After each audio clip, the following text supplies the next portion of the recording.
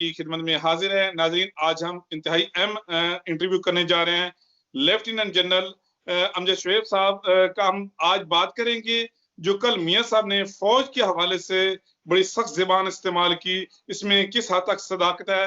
بہت شکریہ جنرل صاحب پروگرام میں پارٹیسپیٹ کرنے کا۔ سر جی شکریہ سر، سب سے پہلے ہمارے ناظرین کو بتائیں کہ کل جو میاں صاحب نے جتنی سخت انہوں نے زبان استعمال کی، پھر جس طرح D G I S I جو چیف ہیں دنیا بھر میں ہماری جو ایجنسی ہیں ان کا ایک بڑا نام ہے، جس طریقے سے انہوں نے ان کو بھی تنقید کا نشانہ بنایا، پھر مولانا صاحب بھی دیکھ لیں، بلاول صاحب بھی دیکھ لیں، سب نے باری باری اپنا اس میں حصہ ڈالا۔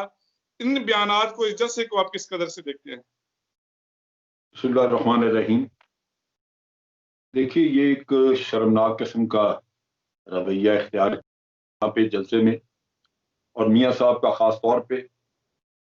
میاں صاحب کا مسئلہ یہ ہے کہ ایک تو جھوٹ بہت بولتے ہیں، اور دوسری بات یہ کہ ضدی طبیعت کے مالک ہیں، ضد رکھتے ہیں، اور پھر یہ چاہتے ہیں کہ فوج ہو یا کوئی بھی ادارہ وہ ان کے ذاتی ملازموں کی طرح کام کریں۔ یہ ان کا بہت بڑا مسئلہ ہے۔ جھوٹے اتنے ہیں کہ خانہ کعبہ میں بیٹھ کے جھوٹ بولتے رہے کہ میں نے جنرل مشرف سے کوئی معاہدہ نہیں کیا۔ اگر وہاں پہ خانہ کعبہ میں بیٹھے کوئی پوچھ لیتا تھا تو کہتے تھے میں نے تو کوئی معاہدہ نہیں کیا ہوا جنرل مشرف سے۔ مطلب نہ زمین پہ بیٹھ کے تو خدا بھی کبھی یاد نہ رہے، اللہ بھی یاد نہ رہے کہ ادھر بھی جانا ہے، آخر کہیں جواب دہی کرنی ہوگی، اور جھوٹ جھوٹ جھوٹ صبح شام۔ واحد وہ آدمی ہے جس نے کہ وزارت عظمیٰ پہ بیٹھ کے عدالت عظمیٰ میں جعلی کاغذات جمع کرائے۔ اب یہ ان کی پارٹی کو سوچنا چاہیے کہ جو شخص صرف جھوٹ بولتا ہے اور جو شخص جعلسازیاں بھی کرتا ہے، جس پہ پیسے بنانے کا الزام ہے، منی لانڈرنگ اور ہر طرح کے یعنی کک بیکس، وہ شخص یہ کہے اور پھر یہ پارٹی جو ہے وہ آنکھیں بند کر کے چلے، وہ لگتا یہی ہے کہ پارٹی کے لوگ جو ہیں وہ لیڈر، جو جیسے آپ نے مختلف باتیں کی، شاہد خاقان عباسی صاحب وغیرہ، وہ یوں جی لگتا جی ہے کہ میاں صاحب کی ایک پرائیویٹ لمیٹڈ کمپنی اور یہ سارے وہاں پہ ملازم ہیں، ان کا روزگار ہے، اور ان کو یہ فکر ہوتی ہے کہ بھی مالک جو ہے وہ نکال نہ دے، لہٰذا یہ اس طرح کے فضولیات سن کے بھی یہ ان کے ضمیر نہیں جاگتے۔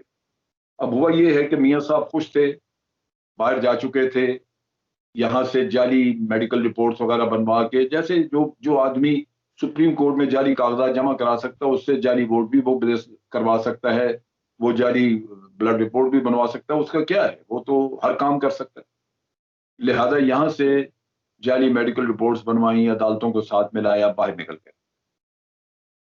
اب وہاں جا کے ان کو ایک امید تھی کہ مریم بھی آ جائے گی، این آر او بھی ہو جائے گا۔ شہباز شریف صاحب کو انہوں نے لانچ کیا کہ آپ مفاہمت کی پالیسی لے کے آگے بڑھیں اور ہمارے لیے ریلیف لیں۔ یہ چیز جو ہے میں اپنے پاس سے نہیں کہہ رہا، یہ مریم صفدر نے یہ ایڈمٹ کیا، یہ کہا، خود اس کا بیان تھا۔ آسما بلکہ انٹرویو شرازی، میں آسما شرازی، بالکل ہاں، اس کے انٹرویو میں اس نے کہا، تو وہ کہتی ہے جی اس کے نتائج نہیں نکل سکے، یعنی ان کو این آر او نہیں ملا۔ پھر محمد زبیر صاحب کو لانچ کیا، وہ بھی این آر او نہیں ملا۔ اب جب یہ کام نہیں ہوا تو اب پھٹ پڑے، اب ہر چیز بری ہے۔ مطلب باجوہ صاحب جو ہیں وہ اگر عمران خان کو راضی کر لیتے، این آر او ہو جاتا، تو باجوہ صاحب ٹھیک تھے۔ اب باجوہ صاحب برے ہو گئے، آئی ایس آئی بری ہو گئی۔ یہ رویہ جو ہے یہ کوئی ایسا رویہ نہیں ہے جس سے انسان یہ سوچے یا دیکھے یا یہ سمجھ لگے کہ واقعی یہ کوئی لیڈر ہے عوام کا جو بات کر رہا ہے۔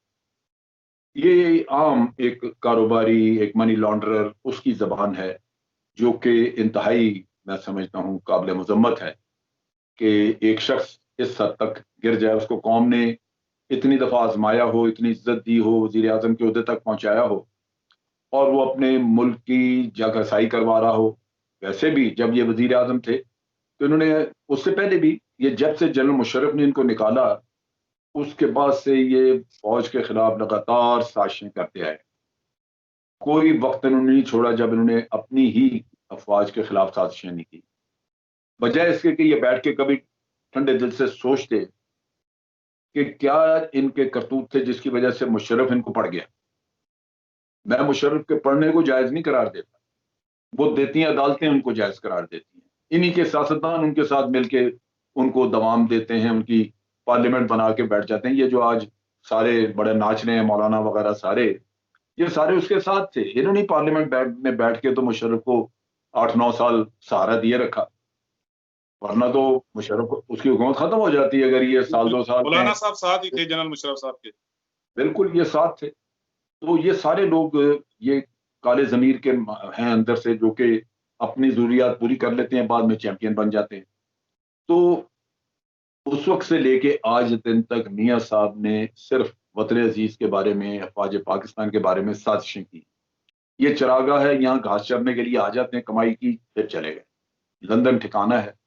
یہ تو اس قوم کو عقل چاہیے جو سوچے کہ جن لوگوں نے اپنی جنت باہر بسائی ہوتی ہے، ان کا یہاں کیا، ان کا تو بسیرا یہاں نہیں ہے، یہاں تو صرف کمائی ہے، اس کے لیے آنا ہے۔ جو اصل جگہ جہاں انجوائے کرنا لائف کو، وہ وہاں ہے جہاں بیٹھے ہیں۔ یہاں لوگوں پہ کیا بیت رہی ہے اس کا آپ کو کیا پتا بھائی، آپ تو کچھ بھی نہیں کر رہے۔ تو یہ انہوں نے وہ NRO کا جو مسئلہ تھا وہ فیل ہو گیا، وہ ناکام ہو گیا، جو ان کو ملنے خواہش تھی کہ مل جائے۔ تو آپ یہ سمجھتے ہوں گے کہ جی اب پیچھے رہ کیا گیا ہمارا گاؤں گم کرنے کو، چلو لہذا چیمپئن بن جاؤ۔ اب لوگوں کے سامنے ایک دلیری دکھا کے یوں کہ جیسے میں بڑا چیلنج کر رہا ہوں، بڑا دلیر آدمی ہوں، بہادر ہوں۔ بھائی کرپٹ آدمی کیسے دلیر ہو سکتا ہے؟ تو یہ اندر کی کہانی۔ سر ایک اور بڑی انتہائی اہم پچھلے دنوں آپ نے بیان سنا ہوگا محمد زبیر صاحب کا بھی، انہوں نے بولا ہے کہ میاں صاحب کی جب بھی واپسی ہوگی وہ امام خمینی کی جس طرح انہوں نے ایران میں ان کی واپسی ہوئی تھی اس طرح کی واپسی ہوگی۔ دوسری سر ایک اور سوال اٹھایا جا رہا ہے، بلکہ حکومتی کیمپوں سے ہم سن رہے ہیں کہ جو کچھ الطاف حسین نے پاک فوج کے حوالے سے کیا ان پہ پابندی لگا دی گئی، لیکن اب جو میاں صاحب جو کر رہے ہیں ان پہ بھی پابندی لگنی چاہیے، اگر ان پہ نہیں لگتی پھر ان پہ بھی ہٹانی چاہیے۔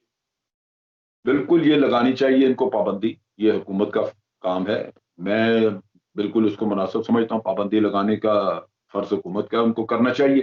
ایک شخص جو ہے یہ باغیانہ رویہ رکھے، یہاں پہ منافرت پھیلائے، اور آپ اس کی تقریریں جو ہے کھلے عام سنواتے رہیں، یہ حکومت کے لیے بھی چیلنج ہے، حکومت کو سمجھنا چاہیے۔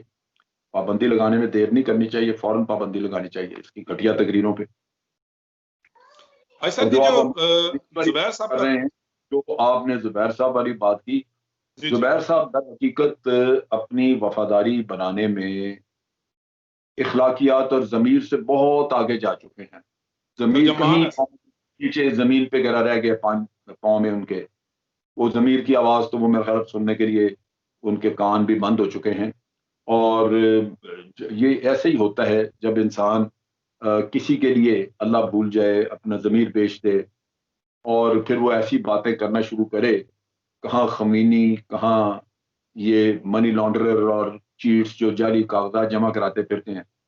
یہ زبیر کو بھی کہیں بیٹھ کے تو اپنے اندر ضمیر کو ڈٹولنا چاہیے کہ وہ کہاں ہے۔ تو میرا خیال زبیر صاحب جو ہیں وہ کوئی اپنے لیے اچھا نہیں کر رہے، اپنے لیے ایک وہ رول، ایسا رول ادا کر کے تو اپنے بھی ضمیر کا سودا کر رہے ہیں، اور باہر بھی ایک امیج جو ہوتا ہے وہ انسان کا برباد ہو جاتا ہے کہ آپ کسی کی محبت میں اتنا آگے چلے جائیں کہ آپ کو خدا تک نہ یاد رہے۔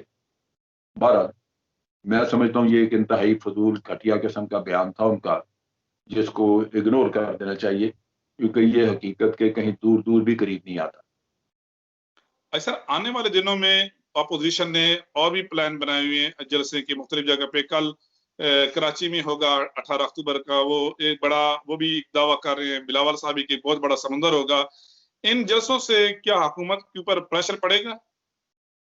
نہیں دیکھو، جلسوں سے حکومتیں نہیں جاتی۔ جلسہ جو ہے یہ کوئی الیکشن جیتنے کی بھی علامت نہیں ہوتا۔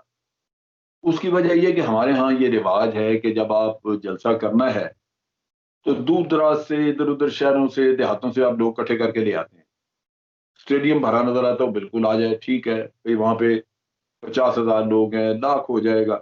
لیکن یہ سارے پورے ملک سے کہیں ادھر ادھر سے آپ نے اکٹھے کیے، مختلف کانسٹیچوئنسی سے، تو وہ کہیں ایک جگہ تو لاکھ آدمی ووٹ نہیں دے رہا کہ کل الیکشن ہو تو آپ جیت جائیں گے۔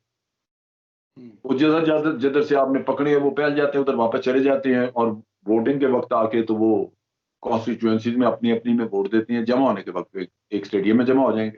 اب کل کا بھی جو جلسہ تھا اس میں سیالکوٹ سے، وزیر آباد سے، اور پھر گجرانوالہ تھا ہی تھا، ان کا گڑھ ہے سرگودا، وہاں، منڈی بہودین، حافظ آباد، سارا لاہور، شیخوپورہ، سرگودا، مطلب سارا سینٹرل پنجاب اور یہ جی جی علاقہ جو ہے وہاں سے لوگوں کو اکٹھا کیا. 11 پارٹیاں تھیں. تو ان کو شرم آنی چاہیے، کیا دکھایا انہوں نے.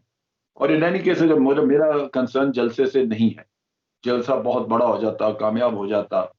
مجھے یہ اندازہ ہے کہ جلسوں سے حکومتیں نہیں جاتی. عمران خان نے جب یہ دھرنا کیا تھا، وہ تو ان کے سر پہ لے کے بندے بیٹھ گیا تھا. میں اس وقت بھی مخالفت کرتا تھا. میں نے اس وقت حالانکہ وہ زیادہ خطرناک تھا دھرنا، اور اس میں عمران خان سے زیادہ ان کا قصور تھا.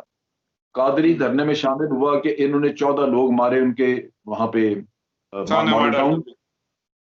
اور ظلم دیکھو کہ وہ ایف آئی آر درج کرانے کے لیے در بدر پھرتے رہے، ایف آئی آر کوئی نہیں درج کرتا.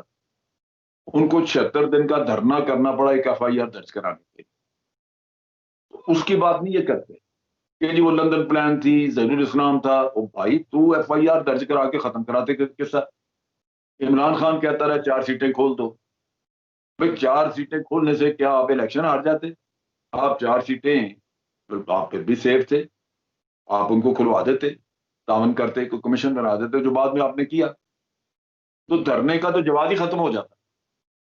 اب اس کو کہنا کہ وہ لندن پلان تھی فلان، یار شرم آنی چاہیے آپ لوگوں کو. کرتوت آپ کی کہ آپ نے نہ ایف آئی آر درج کرنے دی، نہ وہ 4 سیٹیں کھولی. پھر وہ لوگ پہنچ گئے تو آپ کہتے ہیں جی اب فوج سازش میں تھی. اور وہ جو جس کا کہہ رہے ہیں کہ جناب کوئی بندہ آیا، اس نے کہا کہ آپ استعفیٰ دے دیں اور ورنہ صبح ماشاء اللہ لگ جائے گا. کوئی ان سے پوچھے D G I S I کے پاس کیا ہے کہ جو یہ دے سکتا آپ کو دھمکی. ان کا D G I S I تھا، D G I S I تھا ان کا ضیاء الدین بٹ.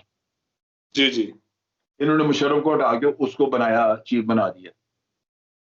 تو فوج نے اس کی ایک نہیں سنی، بلکہ وہ بھی قید ہو گیا. فوج سنتی ہے چیف آف آرمی اسٹاف، بالکل ایسا ہی ہے. اس میں ظہیر الاسلام کوئی چیز نہیں ہے. ظہیر الاسلام کو پتہ اپنی حیثیت کا اور اہمیت کا. وہ کیسے کہہ سکتا ہے کہ بھائی تم استعفیٰ دے دو؟ اس کے پلے ہے کیا؟ ایک انٹیلیجنس کا ادارہ ہے، فوج تو اس کے نیچے نہیں ہے. بالکل وہ کیسے کر؟ تو یہ ایسے کہانیاں بنا لیتے ہیں، پھر دنیا کو بناتے ہیں بے وقوف ہم تردیاں حاصل کرنے کے لیے.